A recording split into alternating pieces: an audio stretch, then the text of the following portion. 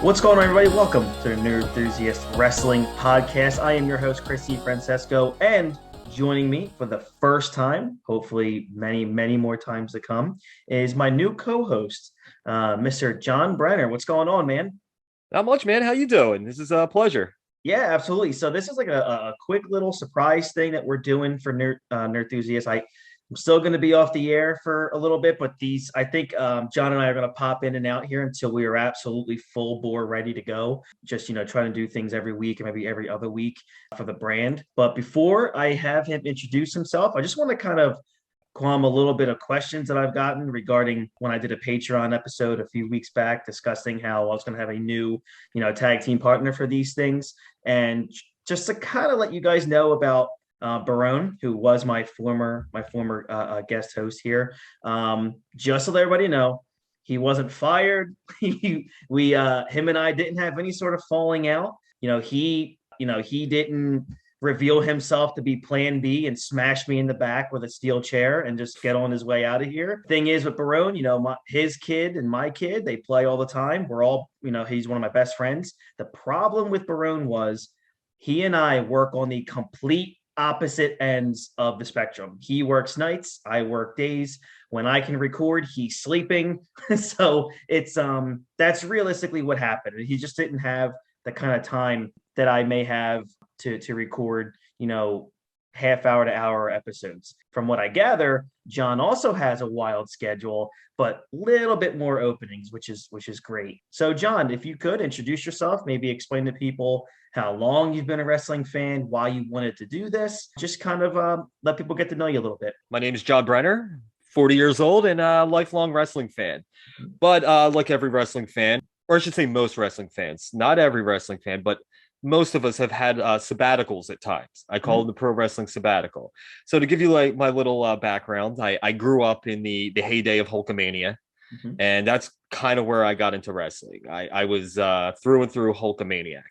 And I pretty much kept watching up until I would say 92, 93-ish. Kind of fell off in middle school there. And then I came back. I guess a lot of people probably have this. Was Hogan joining the NWO? That was my coming back. But when I came back, I didn't just come back to be a Hulk Hogan fan. Living in the Philadelphia area, ECW was red hot. Obviously Austin was popping in WWF.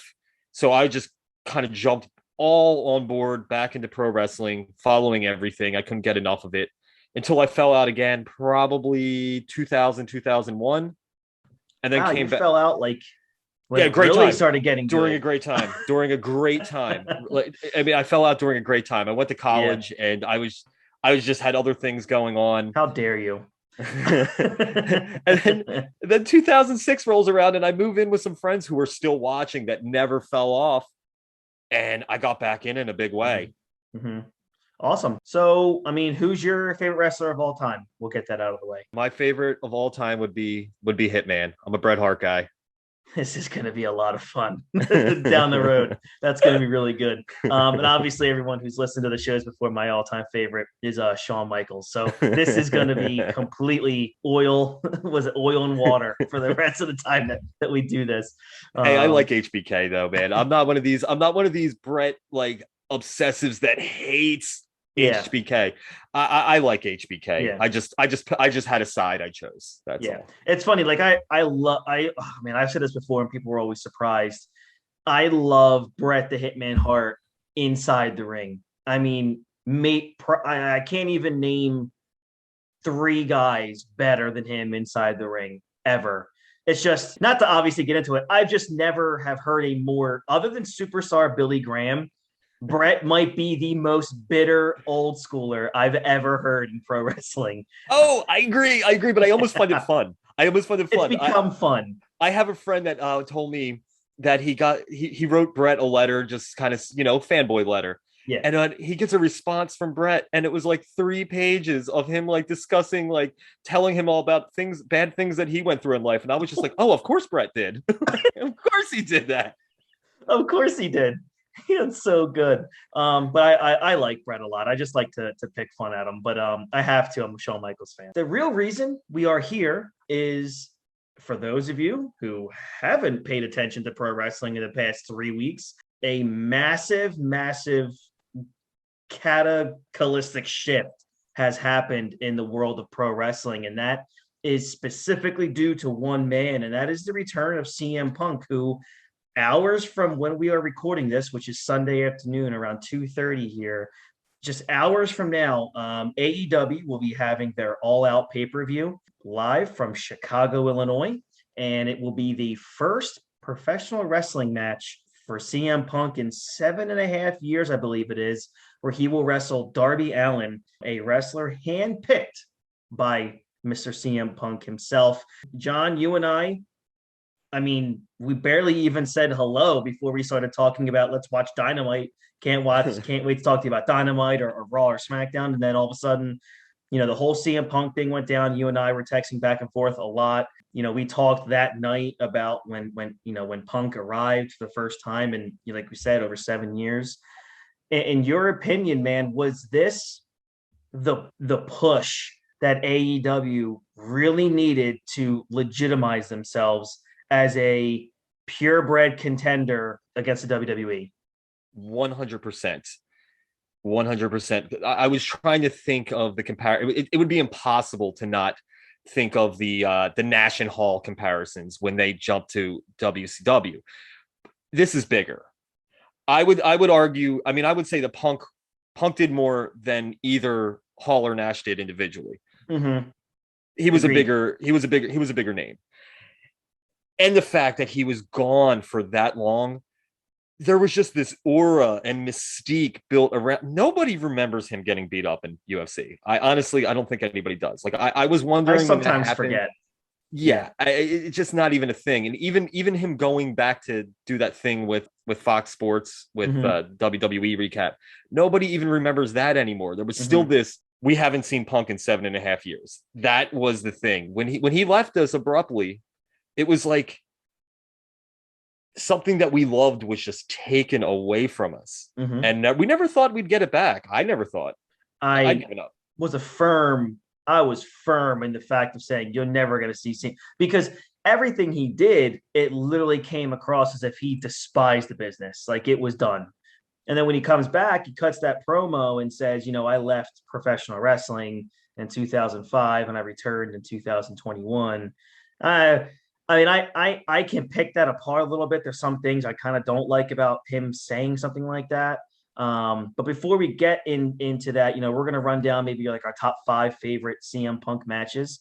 And we'll get into that. But John, your thoughts on 1, the return, and then 2, the promo. Well, the return I thought was done perfectly. I was wondering why they didn't do it as a surprise. We in wrestling, we love the surprise. And then when I saw the way it was done, how it was handled when he came out, it made complete sense. He sold out a major sports arena on a rumor. That is pretty genius when you think about it. I agree. I mean, it was perfect. Who else could do that? Maybe The Rock's gone for 10 years, Maybe. I know. I mean, the last time I can think where something was pre-advertised and it still went nuts, we have to go back 20 years when Triple H returned at Madison Square Garden. Yeah. After 10 months, it was advertised for a week that he was returning at Madison Square Garden on Raw. And that was, I mean, to this day, it's still probably the biggest ovation I've ever heard was that return at Madison Square Garden. But that Punk, man, like you said, 7.5 years, it was literally a sold out building on a rumor. It was never 100% confirmed he was going to be there.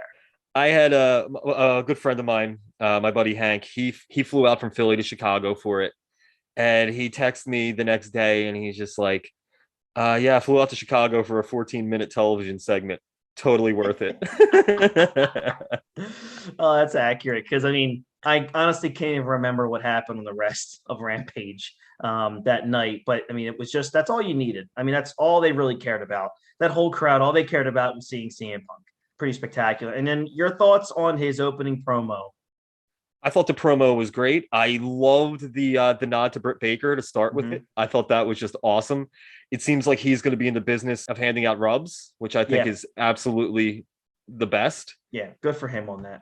And I did like how every time that promo seemed like it might be dragging, he hits a home run with like his next sentence. And Yeah, I never got tired. And I think I watched it 4 or 5 times. yeah, same here. So before we get into the main reason why we're here, do you think AEW pushed Darby Allin onto him, or do you think Darby Allin was a legitimate choice for CM Punk? I think it might have been a combination of the two. Hmm. I think they might have suggested Darby Allin as it being a natural fit, and then Punk sees the work and says, "Absolutely, I want to do Hmm. it. I want to make this kid." Yeah. And what are your expectations on this match? I don't. I think. Well, I think it's going to be great. Darby, he's one of these guys who's a little guy who doesn't wrestle little, as I put it. Hmm. Like Yeah, you watch him come to the ring and he looks like a little guy. Then he's in the ring and he looks like he belongs. I agree. Jungle Boy's the same way. Jungle Boy is absolutely the same Yeah, way. yeah. So I expect it to. I expect it to be great. I expect it to be fast paced. Now, here's what I'm wondering, because I know it's been discussed. They've definitely discussed Darby going over. They've definitely discussed it. I I don't know agree. how seriously they're taking it, but it's Hmm. that has to have been thrown around the room. Yeah. And if Darby's going over, that's a Punk call. Because Yeah, obviously Punk could come in and basically say, look, it's my first match in 7.5 years. I'm in Chicago. I gotta win. But I'm sure if Darby wins, that's a nod. I gotta give, a golf clap to CM Punk for even suggesting somebody going over on him in Chicago like that. of course. I mean, he could have came in and said, "Night one on Rampage, I'm taking the belt off Kenny," and they would have Mhm. gone along with it. Let's be I, real. I know, and you know what? This says a lot to what AEW sees in Darby Allin. They bring Sting in, who's one of the biggest legends in the history of professional wrestling. They Sting hitches his wagon to Darby Allin, still does. Then CM Punk returns. CM friggin' Punk returns in his opening promo, directs his attention to Darby Allin And and Sting in the rafters. and In the Sting. rafters. So, and then just by saying Darby Allin, CM Punk has already put Allin over more than he's ever been over in his career.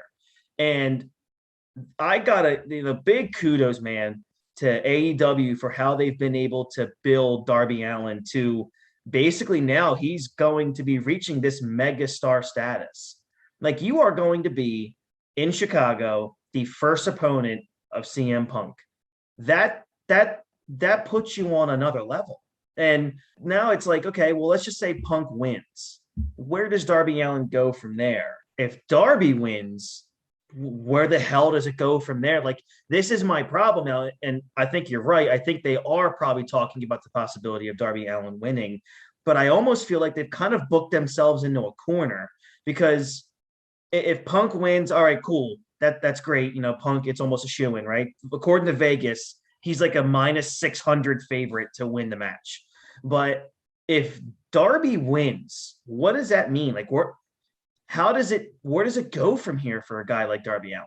What I'm thinking with this match is this is the closest thing AEW has had to a WrestleMania main event, I agree. and Darby Allin is in it. Mm-hmm. So you can only go up. I mean, I don't know if you can go Mm-hmm. higher than CM Punk Yeah. per se, Yeah. but you get a nice run with a singles belt for a long time, Yeah. I think and all of a I sudden you're the think main that's where you event. got to go. Yeah, Yeah. So what we're going to do is we're going to give you guys, since it's basically the summer of Punk. This is it. This is what this is culminated to is All Out pay-per-view tonight against Darby Allin. We're going to give you guys our top 4 or 5 favorite CM Punk matches. John, did you do yours in order or just did you throw no, them I out? actually I love the ones you picked out. I thought we were just going to discuss those. That's fine. I'm good with that. Okay. Yeah, All because right, I cool. looked at it. I loved your list. All right, good. See, guys, just like that. First episode, he's already agreeing with everything that I'm doing. This is good. This is Well, good. no, well, I mean, these are landmark. These are landmark matches you No, picked I out. know. And you actually brought up some ones that were really good too. So the first one I want to do is the one we talked about right before we hit record is CM Punk versus Daniel Bryan back in Money in the Bank. Obviously, this was one of their two singles matches. Both were lights out, but this one I felt was just a step or two higher than their match at Over the Limit. So that's the first one I'll talk about. Like, what did you think of that one as well, John? I love this match. Love this match. This was the basically proof that us indie nerds for years were correct. It was the validation. Yeah. You had CM Punk and Bryan Danielson. It was like, here it is on the main stage, and they tore the house down. Yeah. The false finishes were done perfectly. Everything about this match is lights out. I agree with you. I mean, that's when anytime we all see either, I mean, geez, like Samoa Joe against Daniel Bryan, or like even when look, Seth Rollins was an indie star. So just, in the beginning when we got to see Seth versus Daniel Bryan, or Seth versus, Samoa Joe, guys like that, it was like an aha moment for all the indie fans saying, look, these guys that we have loved in the undergrounds for years can main event pay-per-views. I mean, it's going to be going the same thing with guys today like Matt Riddle and Damian Priest. I felt so good for Damian Priest when he won the United States Championship at SummerSlam, because I watched this guy at the Monster Factory. Like, same thing with Matt Riddle. It's always great to see when, for years WWE just, crapped on independents, but yet a lot of your mainstream stars now are from the independents. So it's, you kind of you kind of make yourselves kind of look bad there sometimes. Yeah, I mean, Punk held the title for what, 434 days? 400, the longest of that title since Hulk Hogan. Yeah, and then you have Daniel Bryan, who at his peak was the most over wrestler since Stone Cold. Absolutely, yeah. So these are two indie guys, and Yep. you're right. They always want to say, "Oh, that's just internet stuff." Right. They want to write it off, and Yeah. no, these guys. Some of these guys are legitimately the best. Yeah, I agree. The next one here is, geez, still to this day, one of the most memorable pay-per-views and matches in WWE history. CM Punk versus John Cena at Money in the Bank 2011 in Chicago. My goodness, man. That's one of those matches that I'm going to watch for a long, long, long time.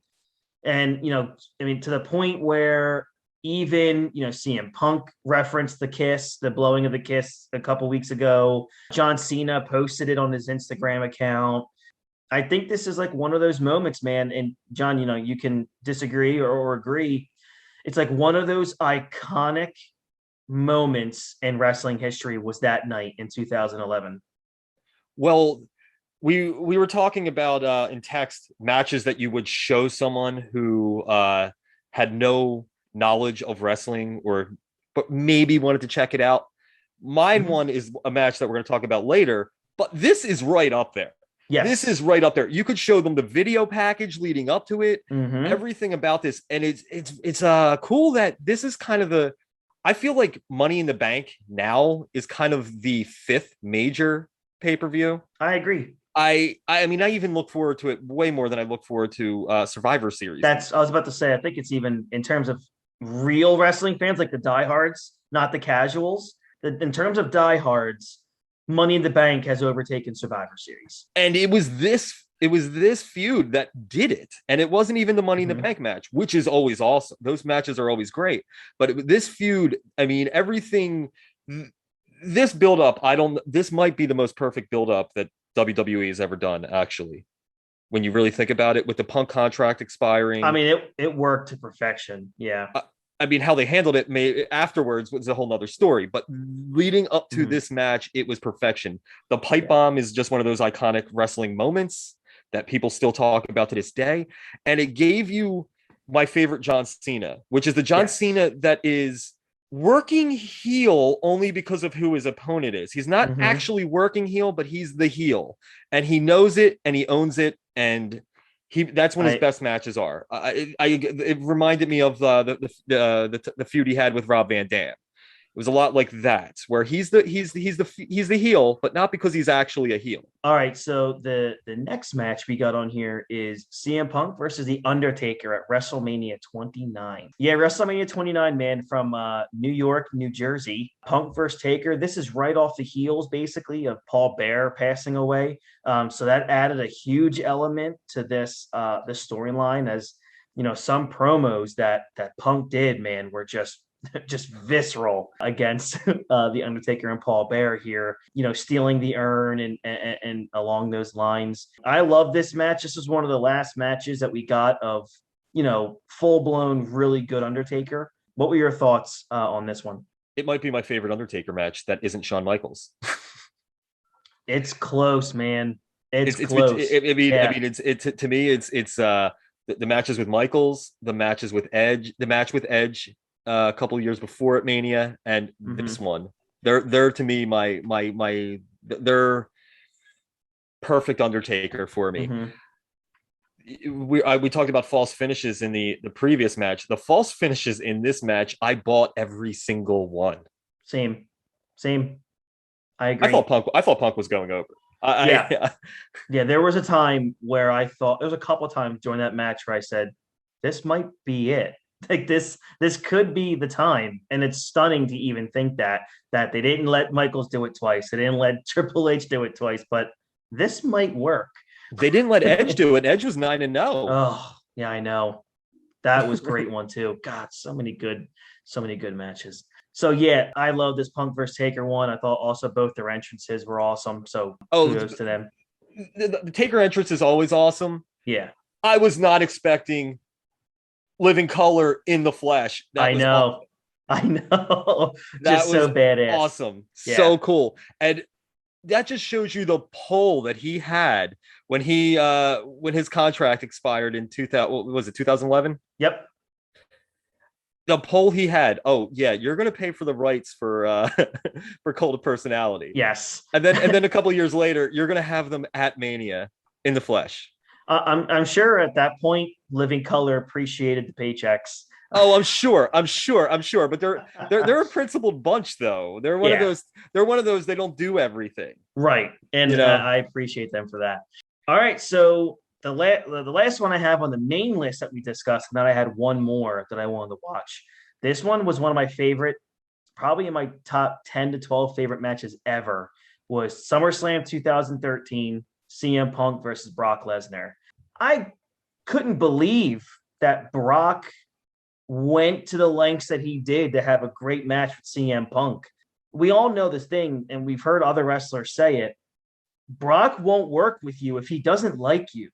And he definitely won't sell for you if he doesn't respect you. This was different, man. Like Brock and Punk, they could go. They had their working boots on this night. What were your thoughts on this classic? This is actually one of my favorite matches in wrestling history. Mm-hmm. This is the match I would show somebody who had no knowledge of professional wrestling, that had some sort of interest. Hey, check this out. Now, obviously, there's a lot going on. There's a lot of violence. It's an intense match. But I mean, the story this tells is just crazy good.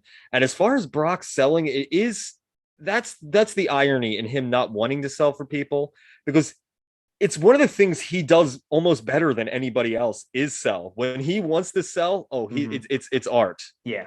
When Brock wants to go, I mean, you saw it when he wrestled Daniel Bryan. You saw it when he wrestled AJ Styles a few years back. I have no issue, and Barone, one of my good friends and did this show before, said the same thing. When Brock wants to do everything, he might be one of the top 5 greatest performers in the history of the business. That's how good he is when he wants to do it. That's the thing that pisses me off the most about Brock, is because when I see him have these matches, like just go back to the Royal Rumble right before COVID when Edge returned. How he sold for Drew McIntyre to win that Royal Rumble, or to at least get him eliminate Brock Lesnar. How he looked like he got shot by a grenade launcher on that Claymore. And Brock didn't have to do that.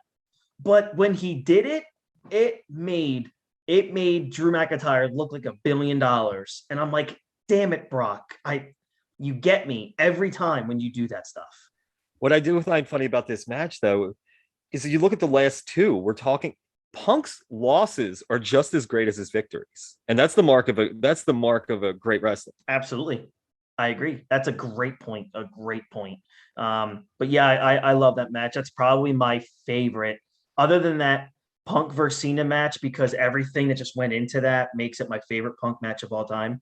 Stars Punk, were aligned for that one. Stars absolutely. were perfectly aligned. Yeah, yeah. And Vince was all in on that storyline as well, which always helps when Vince is all in. Oh, him yelling for Del Rio to come out is one of my favorite Vince. Get that Del Rio kid out here.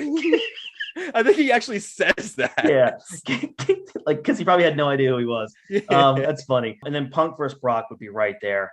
And the last one that I had, and then you brought up another really good one, but you can't watch it on the network, obviously. But this one is CM Punk versus Rey Mysterio. I believe this was SummerSlam as well. Am I correct on that? I thought it was Mania. Was it Mania? Oh, it was Mania. Yeah, it was right. Mania. It was Mania. Yeah. I don't know why I had SummerSlam in mind. I'm looking at the ring aprons. So yeah, I think it was WrestleMania. Yeah, this was just. I'm on record by saying the most revolutionary pro wrestler of all time has to include that in that discussion. Rey Mysterio has to be, the most innovative, the most revolutionary character of all time is Rey Mysterio. He does not. Breaking. Yeah, he does not get the respect that he deserves in the WWE. I really wish he was either just retired and his name can build that momentum, or I still think maybe in AEW his name would get a little bit more revered. God, his match with CM Punk at Mania was spectacular. And that's another one of those matches where if I just want to watch a good wrestling match, I will pop that on every time. I love that era of Punk too. That was Straight Edge Society. Straight Edge Society, yeah. Mm-hmm. Yeah, leading the cult. Oh, I loved it. Loved it. And the only other one that we have here was the one that you brought up, which was a great one. And that was CM Punk versus Samoa Joe. I watched Ring of Honor. Yeah, I watched their first match, which was the hour Broadway they had. Mm-hmm. Yeah, spectacular wrestling. My gosh, that was pro wrestling. It's two guys are great when you want to watch a Broadway retroactively. I know this doesn't go anywhere, but I'm gonna watch it. I know. And then for those history buffs, it's like when you watch Steamboat versus Flair back in the 80s. You're like, I don't care who wins this match. I just want to see it. I just want to see it go as long as humanly possible. And I think Joe and Punk were that level. And it was funny that they were doing it in high school gyms. And they were kind of at Steamboat Flair level as far as performers. I agree, man. But great list. We're going to wrap it up here because, like I said, this is a tease and we want to kind of give you guys as much as we can. Before we get out of here, John, what are you most looking forward to on tonight's All Out pay-per-view? And what should our listeners expect moving forward? Obviously, the most thing I'm looking forward to is Punk and Darby. Mm-hmm. If I said anything else, I'd be lying. Yeah. Though I'm really looking forward to that rematch between Kenny and Christian, man. Yeah. They have... Yeah. I knew they would work well together. I wasn't expecting that kind of chemistry they had on their TV match. It was just awesome. Christian's amazing. He's aged like fine wine, man. Yeah, I know. I think not seeing him for a while made it better, to be honest. I agree. And I am kind of, even though I'm disappointed in what Chris Jericho has become, I am still looking forward to watching him versus MJF. So that's going to be pretty good. I think that's going to be cool too. Obviously, I think Jericho is going to go over. But I like to think Chris Jericho only exists in kayfabe for me. So it's fine. I agree. That's good. All right, John, man, I want to thank you very much for joining me. And this is going to be a normal thing moving forward. So I'm really excited to have you on board. And we're going to touch on a ton of subjects. We're going to touch on old school pay-per-views. We're going to touch on just singular careers of certain wrestlers. We're going to do AEW current stuff. It's going to be a lot of fun, man. I'm looking forward to doing this ride with you. I'm looking forward to it too, man. I love talking wrestling. Mm-hmm. Seems like you do too, man. Yeah. Can't wait. All right. This has been the Nerdthusiast Wrestling Podcast. I'm Chris C. Francesco. That's John Brenner. And we will catch you guys down the road. Have a great one. Be safe.